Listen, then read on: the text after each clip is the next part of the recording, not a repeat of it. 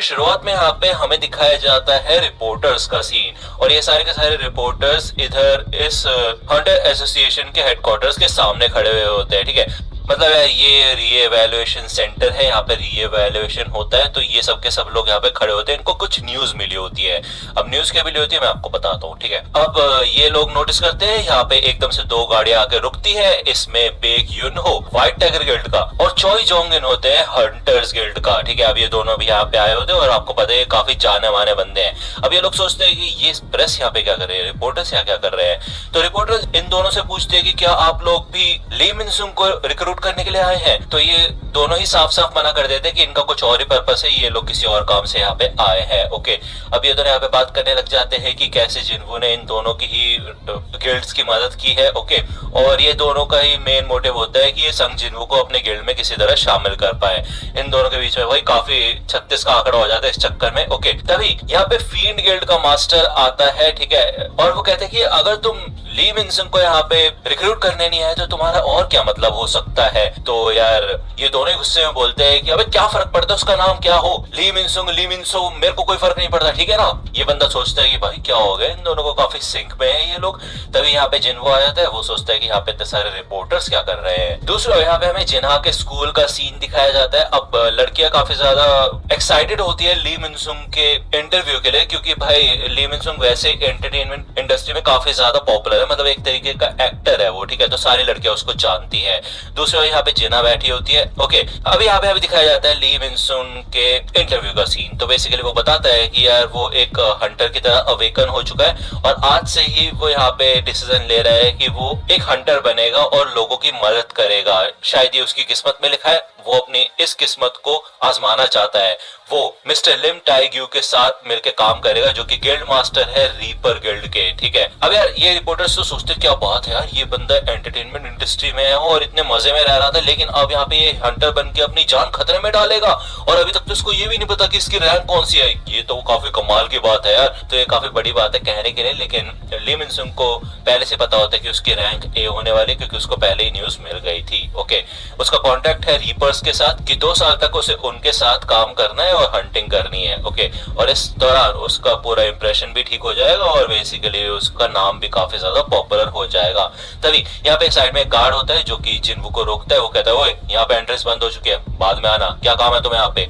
तो जिन्वू कहता है इवैल्यूएशन होने वाला है मेरा। तो मिनसुंग मन में कहता है कि ये बेवकूफ कौन है और कर क्या रहे हैं यहाँ पे। तो ये गार्ड कहता है कि ओए एंट्रेंस क्लोज है, तुम्हें समझ नहीं आ रहा। तभी पीछे से गोगुन ही आता है। वो कहता है कि मुझे नहीं लगता एंट्रेंस क्लोज है, ये नौजवान मेरा गेस्ट है तो इसको अंदर आने दो। ओके, और वैसे भी मैंने तुम लोगों को कहा था ना कि इस टाइम कोई भी प्रेस कॉन्फ्रेंस मत रखना। तो गुन ही यहाँ पे जिन्वू को अपने साथ लेके अंदर चला जाता है और मिनसुंग कहता है कि चलो फिर ठीक है, मैं एक बार अंदर जाके पूछ के आ जाता हूँ अपना शेड्यूल।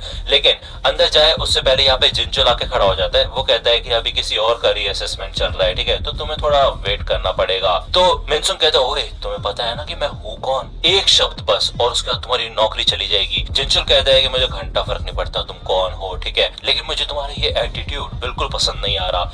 यहाँ पे हमें अंदर का सीन दिखाया जाता है और हमें दिखाया जाता है कि चोई जोंगिन और बेक काफी देर से इधर इंतजार कर रहे होते हैं। तो गुनी बताता है कि इन्हें जब पता चला कि तुम्हारा आज रिजल्ट है तो ये लोग यहाँ पे आ गए। ओके, पिछले 2 साल से कोई भी एस रैंक का हंटर यहाँ पे नहीं आया है, तो ये लोग भी काफी ज्यादा इंटरेस्टेड है। अब ये एक रूम के अंदर आ जाते हैं। इस रूम के अंदर गोगुन ही, जिन्वू और इधर रीअसेसमेंट वाला जो बंदा होता है वो होता है। ओके, उससे पूछा जाता है कि तुम्हारे स्किल्स के बेसिस पे हम तुम्हें जज करेंगे, हंटर एबिलिटीज तुम अपने दिखाओ, हमें क्या क्या कर सकते हो। ओके, क्या क्या पावर्स है तुम्हारे अंदर। तो इधर जिन्वू अपने कुछ शैडो सोल्जर्स को बाहर निकालता है। ओके, वो कहता है अच्छा तो तुम एक मेज हो, तुम शैडोज को सम्मन कर सकते हो। तो गुनी कहता है कि देखो हमने तुम्हारी रिपोर्ट पढ़ी है और जिनचुल की रिपोर्ट में साफ लिखा था कि तुम इससे ज्यादा कर सकते हो, तो ठीक है फिर दिखाओ हमें। तो जिन्वू कहता है यार ठीक है यार, मतलब इतना छुपाने का कोई मतलब नहीं बनता, सबको पता ही है। तो यहाँ पे अपनी सारी शैडोज को बाहर निकाल देता है, मतलब ज्यादातर शैडोज को।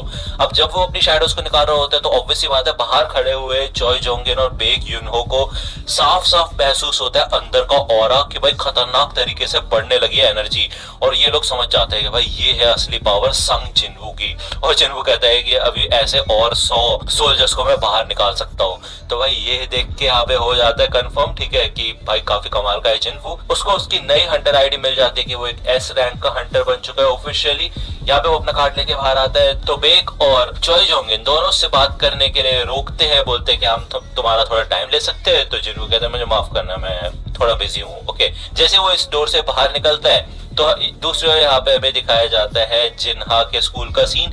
अब यार आपको याद होगा ना उसकी फ्रेंड जो कि एक मिशन में भी गई थी, वो आइस बीस्ट वाले मिशन में जिन्वू के साथ, वो भी यहाँ पे होती है। वो कहती है ओए जिन्हा देखो तुम्हारा भाई जिन्वू टीवी पे है। दूसरा यहाँ पे हमें माइनिंग टीम का भी सीन दिखाया जाता है, उनको भी पता चल चुका होता है और जूही को भी पता चल चुका होता है कि एस रैंक का हंटर है जिन्वू, और ये काफी कमाल की बात होती है।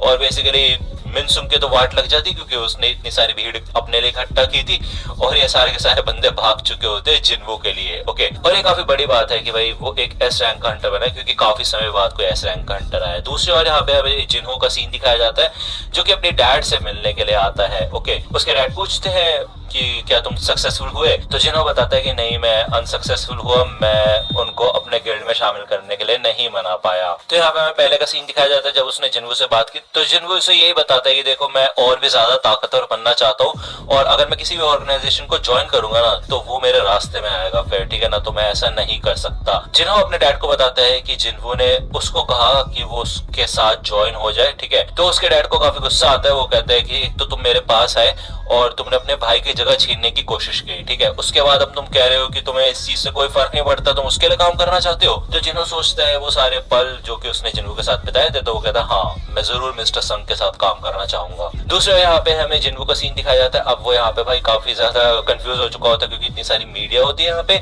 तो बेक उसे कहता है कि हे यहाँ पे ये सब तुम्हारे दिमाग खा जाएंगे, तो चलो तुम्हारे घर छोड़ देते हैं हम तुम्हें, ठीक है। तो जिन्वू यहाँ पे भाई एकदम से पलक झपकते गायब हो जाता है और इन सबके पीछे आ जाता है रिपोर्टर्स के, ठीक है। चॉय जोंग कहता है क्या बात है यार, ये बंदा एक मैजिशियन होने के साथ साथ फिजिकली भी काफी तगड़ा है कि नहीं बेक।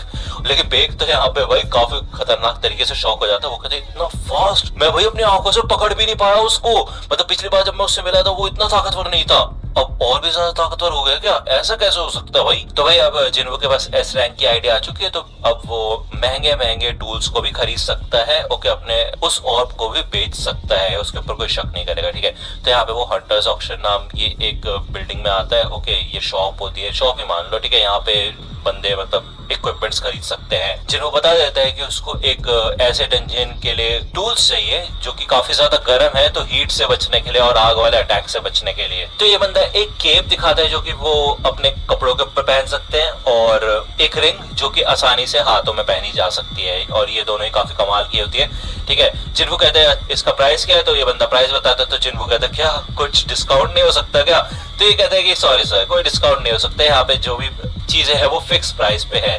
लेकिन हाँ एक चीज है, अगर आप ये ग्लास तोड़ेंगे तो आपको शायद फ्री में मिल जाए ये सारी की सारी चीजें, ठीक है ना। वैसे तो ए रैंक के नीचे के हंटर्स इसको हिला भी नहीं सकते, तो कोई दिक्कत वाली बात नहीं है। तो जिन्हों मन में कहता है वैसे कुछ तो मैजिक पावर सेंस हो रही है मेरे को, और देखते हैं, ठीक है, फिर ट्राई करके देखते हैं। वो यहाँ पे पूरी तरह से तैयार हो जाता है इसको तोड़ने के लिए, लेकिन ये बंदा उसे रोक देता है और कहता है अरे अरे सर मैं मजाक कर रहा था, बस शायद मेरी गलती है कि मैंने मजाक को ज्यादा ही लंबा खींच दिया, मुझे माफ कीजिएगा प्लीज। तो जिन्हों कहता है ओह अच्छा ऐसी बात है क्या, चलो ठीक है, फिर मेरे को थोड़े डैगर्स वगैरह दिखा दो। तो साइड में से एक बंदा आता है, कहता है ठीक है सर मैं आपको वेपन्स दिखाता हूँ। अब ये बंदा जो खड़ा होता है पहले से, वो देखता है कि यार यहाँ पे इस ग्लास केज के अंदर ना क्रैक आ चुका होता है। वो कहता है यार ऐसा कैसे हो सकता है, इस बंदे ने तो उसको टच भी नहीं किया, मतलब क्या चल रहा है भाई।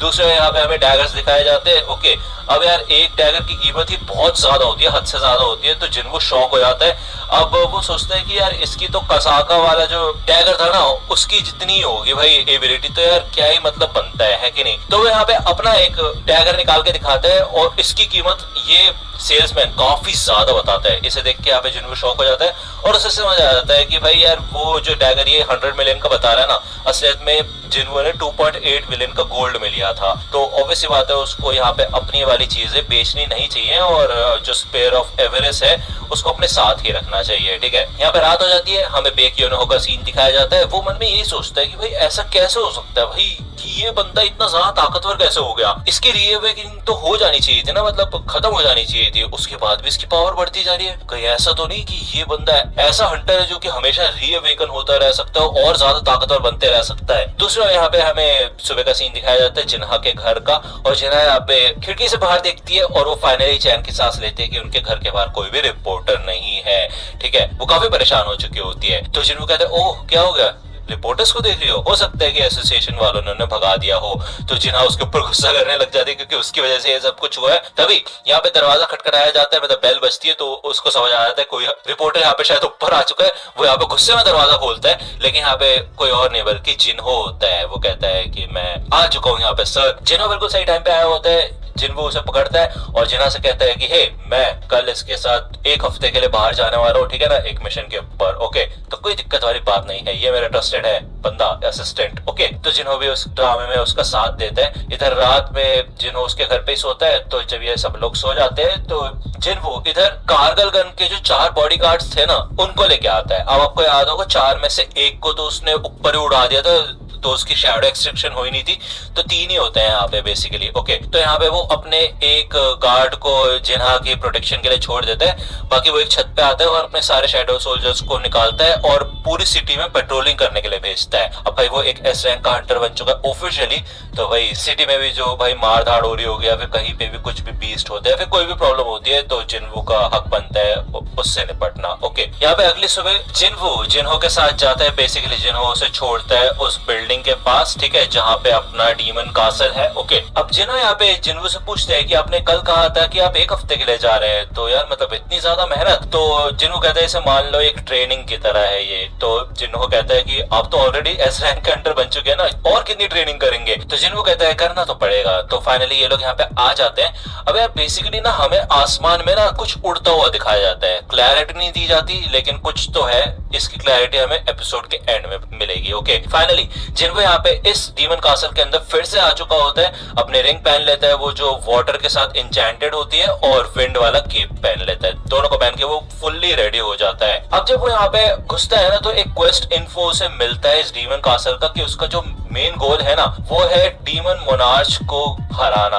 अब यार देखो, डीमन मोनार्च और मोनार्चिस के बारे में मैं अलग वीडियो बना चुका हूँ, वो सारे आप जाके देख सकते हो कमेंट सेक्शन में, या फिर मैं आई बटन में पिन कर दूंगा। एंड मेरे को साथ में ये भी बता देना, कुछ लोग कहते हैं भाई मोनार्च नहीं होता, मोनार्क होता है, तो वो भी आप कंफर्मेशन दे सकते हो मेरे को, कोई दिक्कत वाली बात नहीं, जैसा आप बोलोगे मैं वैसा प्रोनाउंस करूंगा। ओके, तो काफी कमाल के रिवॉर्ड्स उससे मिल रहे होते इस क्वेस्ट में। दूसरा यहाँ पे हमें जिन्हो के घर का सीन दिखाया जाता है। अब यार उसकी मॉम उसके डैड को ये कहती है कि वो घर छोड़ के भाग चुका है, कुछ दिक्कत वाली बात नहीं। तो उसके डैड कहते हैं देखो यार वो काफी अजीब होता जा रहा है, ठीक है, और अपनी मन मर्जी कर रहा है। तभी यहाँ पे उसके डैड को कुछ होने लग जाता है और उनकी आंखें बंद हो जाती है, वो नीचे कोलैप्स हो जाते हैं। डीमन कासल में इधर काफी बड़े बड़े मॉन्स्टर्स होते हैं, और टस्क को यहाँ पे वो इस ऑर्ब को देता है, और भाई टस्क इस ऑर्ब का इस्तेमाल करके ना काफी खतरनाक अटैक करता है इस बड़े से मॉन्स्टर पे, और उसके चिथड़े उड़ा के रख देता है।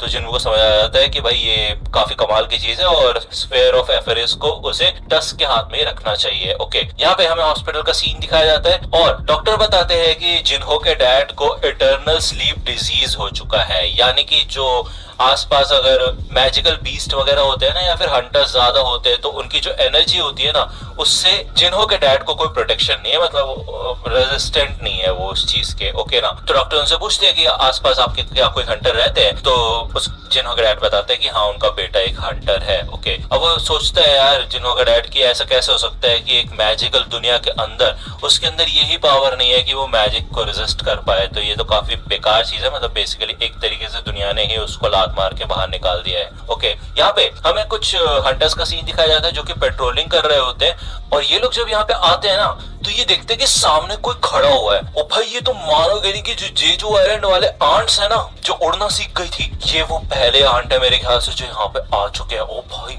तुम समझ रहे हो, ये काफी खतरनाक सिचुएशन है, क्योंकि भाई जेजू आइलैंड आग इतनी खतरनाक आग है ना, इन लोगों ने नाक में दम कर दिया पुराने एस रैंक के हंटर्स को। भाई चॉइस होंगे बार बार जाता है, हार के आ जाता है अपनी टीम के साथ। तो भाई यहाँ से खतरनाक चीजें शुरू होने वाली है, और भाई मैं बता रहा हूँ ये सीजन पीक होने वाला है। अगर चाहते हो कि जेजू आइलैंड वाली आग में पहले कवर कर दो अपने दूसरे चैनल पे, बाय चांस अगर इस सीजन में ना कवर हो तो मेरे को जरूर कमेंट सेक्शन में बताना, ठीक है। दूसरा यहाँ पे हमें डीमन कासल के अंदर का सीन दिखाया जाता है। अब यहाँ पे बेसिकली जिन्होंने अपनी 4-5 टीम्स को भेजा था अलग अलग जगहों पे, ठीक है, और 2 गार्ड्स को अपने साथ रखा हुआ है उसने, ठीक है। इस लेवल के ऊपर उसकी ज्यादा फास्ट प्रोग्रेस हो नहीं पा रही होती है, और एकदम से उसकी ज्यादातर शैडोज में डिस्ट्रॉय होना शुरू हो जाती है, और ये हाई और किस स्क्वाड ए वाली आर्मी को वो देख रहा होता है कि ये लोग बहुत जल्दी मर रहे हैं। तो हो सकता है कोई ऐसी चीज है जो जानबूझ के इनको टारगेट कर रही है। ओके, वो यहाँ पे अपना पूरा प्लान जमीन पे बनाता है कि उसने किस किस बंदे को कहाँ कहाँ रखा है। तो बेसिकली वो जो भी चीज है वो सबसे कमजोर सोल्जर्स को पहले टारगेट कर रही है। इसका तो ये है कि उन लोगों के अंदर सोचने समझने की शक्ति है और काफी खतरनाक दुश्मन है। इस हिसाब से ये लोग आइस बेयर के ऊपर पहले हमला करेंगे। अब यहाँ पे कुछ ना ये डीमन नाइट्स करके होते हैं मतलब, और ये आके ना काफी खतरनाक अटैक वगैरह करना शुरू कर देते हैं, जिनको यहाँ पे इनविजिबल होता है और देख रहे होते हैं सारी की सारी चीजें, और तभी वो सामने आ जाता है। अब ये मैजिक बीस्ट सोल्जर्स होते हैं और ये सबके सब आके जिन्हू के ऊपर हमला करते हैं और फाइनली जिन्हू इनसे लड़